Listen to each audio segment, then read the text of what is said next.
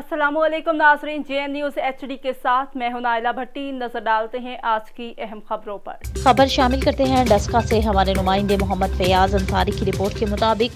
हाजी मियां मोहम्मद रियाज अंसारी के बेटे मियां मोहम्मद अरशाद अंसारी सारी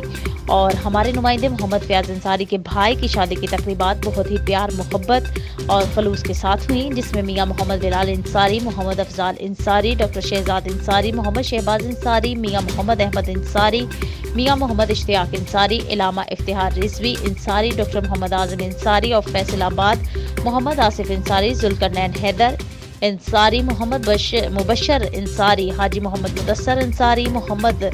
मुजम्मल अंसारी, मोहम्मद सकलैन अंसारी, मोहम्मद हसनैन अंसारी, सुमैर अल हसन अंसारी, मोहम्मद साहिब अंसारी, मियां मोहम्मद इलियास अंसारी, मियां Mohammad Ashfaq Ansari, Mohammad Atiqur Rahman of Gujrawala, Mohammad Ahmed of Gujrawala, Mohammad Majid Ansari, Mohammad Sajid Ansari, Mohammad Usman Ansari, Ali Haider Ansari, doctor Rizwan Ansari, जनाब महमूद सलार बट, कश्मीर फार्मेसी वाले, doctor Sarwar Sahib, chairman anti corruption and anti narcotics association of Pakistan